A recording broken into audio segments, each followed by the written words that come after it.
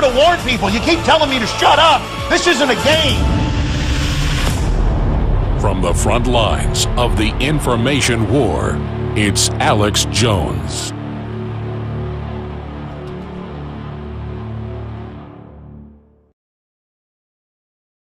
The horror stories of cancer patients being turned away, little kids being kicked off their insurance, pre-existing conditions not being covered, workers getting their hours cut, people losing their jobs over Obamacare, Obama blaming it on the states. I've got a big stack of the ongoing chronicle that is Obamacare we're going to be breaking down, and the fact that the very same scammers that run the Democratic Party and control much of the Republican leadership are still acting like it's a great deal and it's weird to not like Obamacare, and are trying to sell us the amnesty plan.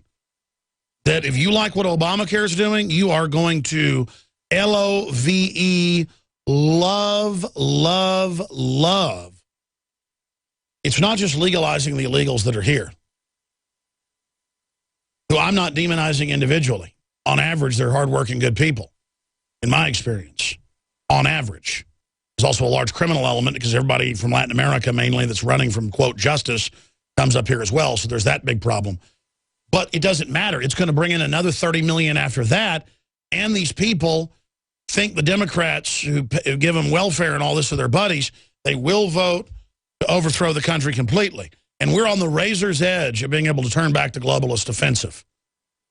And that's why they're trying to get their entire agenda through right now.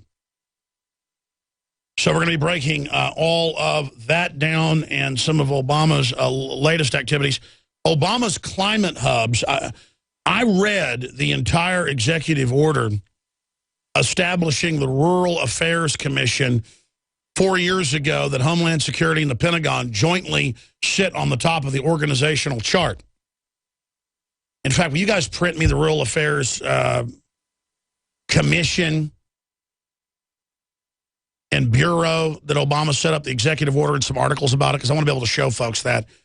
And Homeland Security and the Department of Defense, Northcom, are over that. And I told you they're going to set up local spy bases in every city that are basically like farming threat fusion centers that, quote, will track environmental threats. And they're going to literally have their local Politico minions, commissars. Already Nature Conservancy, Sierra Club, and others have these, because I've experienced it with our ranch and with the local ranches in East Texas. And they'll send them in to identify things, to harass people, call in the EPA on farmers, you name it. Remember they tried to ban hay dust 4 years ago? They tried to ban 2 years ago children being able to do chores on the farm. This is the rural spy, CIA, NSA grid on record with drones. And so Watson, I was talking to Watson this morning, he was like, what do you think I ought to write about? Usually Watson comes up with his own research, but a lot of times, you know, I call up and give him ideas. And so I probably need to call Watson up. I said, I don't know what you should write about. I mean, there's so much going on. You could write about all the latest Obamacare stuff. We don't want to get Obamacare fatigue and just let them win and stop exposing how horrible it is. Hello, this is Hank Hill, and I'm telling you what, you need to listen to Alex Jones. Yeah. Infowars.com. Yeah. Judge, what is the secret of the universe? Infowars.com. Yeah.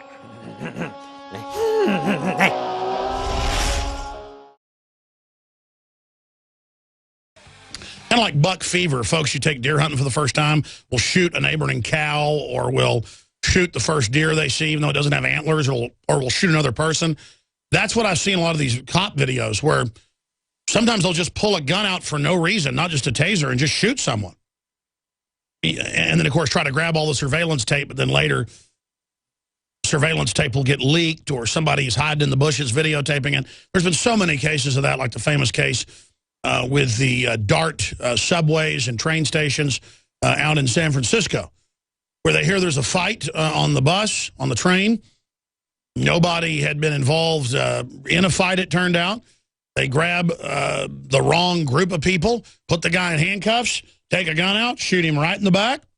Bullet goes through, bounces off the concrete, right back into his heart. So he got shot twice by the same bullet. And they go and grab everybody's cameras on tape, but somebody's in a train hiding, and the train pulls out and gets it all on tape. They filed the report saying he tried to take the gun from the officers. They had to take him out.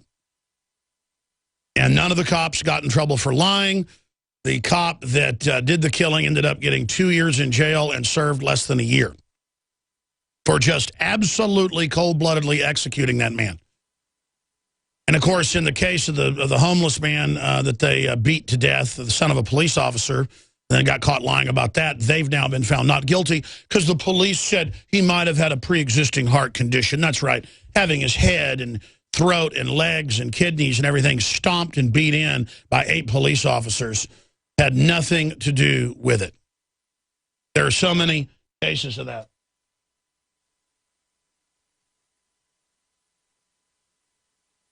There are just so many examples of this. It truly and absolutely boggles the mind on every front that these type of things are unfolding. And it shows the militarization of police that is getting more and more serious by the minute. Now, here is the Washington Post. Speaking of this, then I'm going to shift gears into other news and then get back into this in the next hour with the lawyer who's going to be in studio with us. But the Washington Post, scenes from a militarized America, Iowa family terrorized. And the Washington Post says we're in danger. Militarized police trained for the drug war are now being used for reported credit card fraud, where it turned out the people were innocent. And they come in the house and break their surveillance cameras and assault them, basically. And it's these images that really do terrorize the public. But they are meant to terrorize the public. They wear the black mask, the balaclava, all of it, for intimidation and for the projection of power.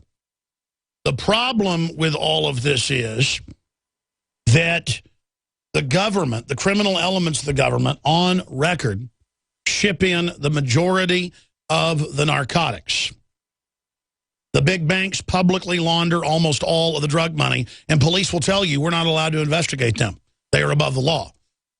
Now, obviously, the drug culture is where criminals already gravitate to, so there's a lot of bad people in it, a lot of criminals in it, because we've given them this black market.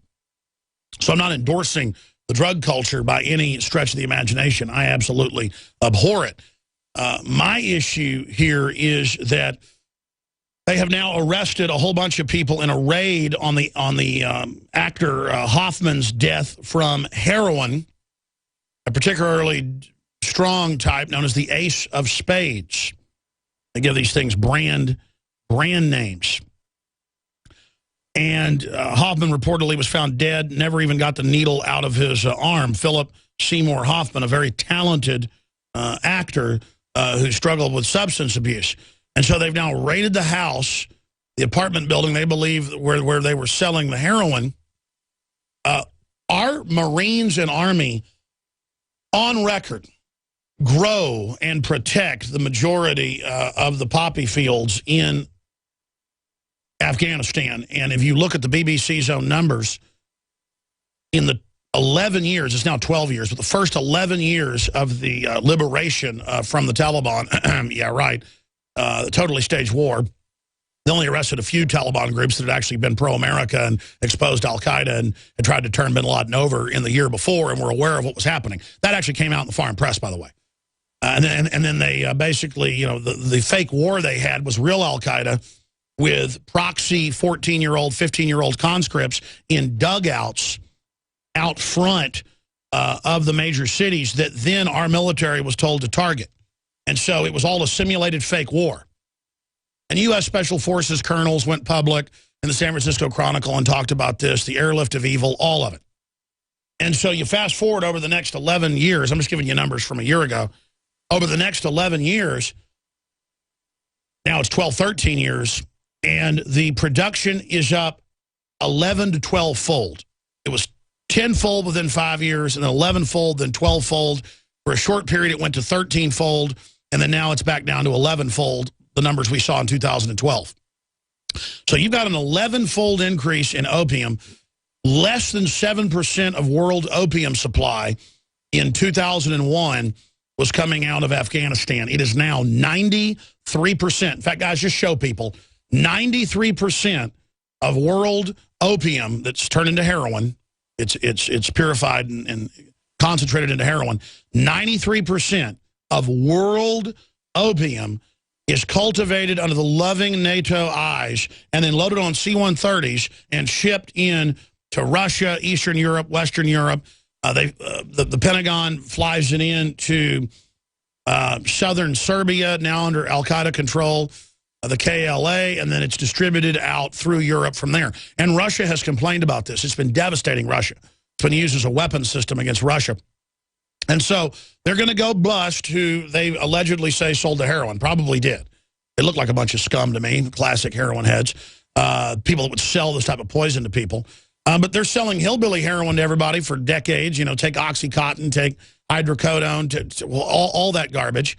But, I mean, there's the voice of Russia. U.S. NATO protecting opium in Afghanistan. We just showed you a New York Times article saying the same thing. Guys, if you put in Afghanistan, 93% of world opium production, you'll get an AP article from 2 years ago. The point is they went from 7% to 93% of world opium production, and that's 12, 13 times. There it is. U.S. expects record poppy crop in Afghanistan. And it said it soared to over 93% of world production. There you go. Boom, 93%. And I was saying from 2001, it was less than 7. They use a number in USA Today from 2006 that it was 34% of world production. Yeah, it went from 7% or less to 34% in 5 years. And then after that, it jumped up to 93%. Okay? Now, let's just get this straight. You understand what I'm saying here? They are shipping it into our country, and then people are mainlining this stuff. There's a heroin epidemic. People think it's so cool. Let me tell young people something. Do not ever, ever take heroin. I've taken heroin one time, and not via a needle, when I was 15 at a party, a beer party, you know, where 2 beers would get us drunk or whatever. And parents are out of town. You know, you have friends come over, and somebody put a heroin pill in a beer and didn't tell me. And, folks, I thought I was going to die.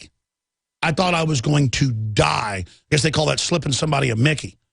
They're like, oh, we did it because we're your friends. And these were like 18-year-olds doing this, and they gave a couple of, and I had like nightmares while I was awake, like Edgar Allan Poe, who was on heroin. I laid there in the dark 5 hours into it, just praying for it to end. Symbols are powerful, and the globalists have hijacked the symbols of America. They've turned them into their own symbols. Well, we are restoring the idea of the true republic, not the counterfeit globalist empire, by promoting the icon George Washington and others. That's why we're rolling out an 100% made in America line of incredible pro-liberty apparel. We are repopularizing liberty. We are helping fellow Americans rediscover what made this country great. We are the spirit of 1776. We are 1776 worldwide. We are all brothers and sisters in arms in the animating contest of liberty in the long march towards humanity's ultimate destiny of freedom. Visit madein1776.com today and vote with your dollars to promote truly made in America, high-quality products, and promote the ideals of liberty. It's like when the TSA wants to search me and ask me questions and ask where I'm going when they know full well who I am. I'm their public enemy #1 on record, along with Matt Drudge and a few others. And the government is running al-Qaeda and the Taliban on record in Egypt, Syria, areas of Eastern Europe, Serbia. It's mainstream news that our government is arming al-Qaeda so much they were able to retake large parts of western Iraq all the way into western central Iraq in Fallujah. There's battles going on every day for a month with tens of thousands of infantry troops, the Iraqi military, trying to battle al-Qaeda with weapons NATO gave them. I mean, that's in the news, just dryly being reported. It is absolutely mind-blowing for me. and then I've got to go fly and be treated like I'm a suspect, which is absolutely ridiculous. And they've already done a background check. They know I don't have a criminal record. They know I'm a media person. I mean, it's like checking the diaper of the 5-month-old Alec Baldwin daughter. And they knew who he was and who his baby was. And I've seen it with other celebrities, Jesse Ventura and others that I've flown with. You name it, where when somebody's a celebrity, the other cases I'm not at liberty to talk about, they get messed with more at the airport. There was a study out last month, actually, in January, that celebrities get worse service a lot of times and actually harassed. It's true. All these people in the system mess with them. But I'm digressing. The criminal elements of the government are publicly using al-Qaeda to take over different countries and destabilize things and have an excuse to be in the Middle East and weapons sales. And then we're all suspects when the government is publicly arming them. I mean, if you give money to a charity and you don't even know that that charity is giving money to a designated terror group, you're talking 25 to 40 years in prison. Look up the federal statutes. In fact, under the NDAA, they could just disappear you. It's even worse than those statutes. Look it up. But then they're aiding and abetting them publicly. And that's just like the opium that's processed into heroin. 93% of world production pouring out of Afghanistan from 7% when the West took it over. There's heroin deaths and ODs just everywhere. Heroin this, heroin that. I mean, I haven't seen heroin needles on the ground in my life, except when I visited New Orleans when I was a kid, or New York City. Now I'm on the hike and bike trail, I see heroin needles, ladies and gentlemen, in Austin, Texas, laying around everywhere. This is disgusting. And then, oh, don't worry, the police have busted the retail alleged dealers in this guy's death, and literally the #1 progenitors and producers and distributors and sellers and money launderers are the big banks, Goldman Sachs, JP Morgan Chase, brokerage banks, you name it, Bank of America, Wells Fargo, Wachovia. They're all on record laundering tens of billions of dollars apiece a year on record. On record. And there's not even an investigation. I guess Wachovia, Wells Fargo, in a 2-year program had to pay a $111 million fine 2 years ago for $387 billion over the 2-year period of laundered money. That's Bloomberg reporting that. Just type in $287 billion, laundered drug money, Wells Fargo, you'll get Bloomberg. Okay. Oh, but don't worry. Don't worry. There's the Bloomberg headline. Banks financing Mexico gangs admitted in Wells Fargo deal. And I guess the first fine was $111 million. They paid 40-something more million. So it was $160 million in the final equation that they paid on hundreds of billions. Oh, look. The number went up. I'm sorry, there's two numbers. It's $420 billion. Not 378. Do you really think a local crack house is laundering that money? Now you can watch the InfoWars Nightly News streaming live as it happens for free. Check it out at Infowars.com/show.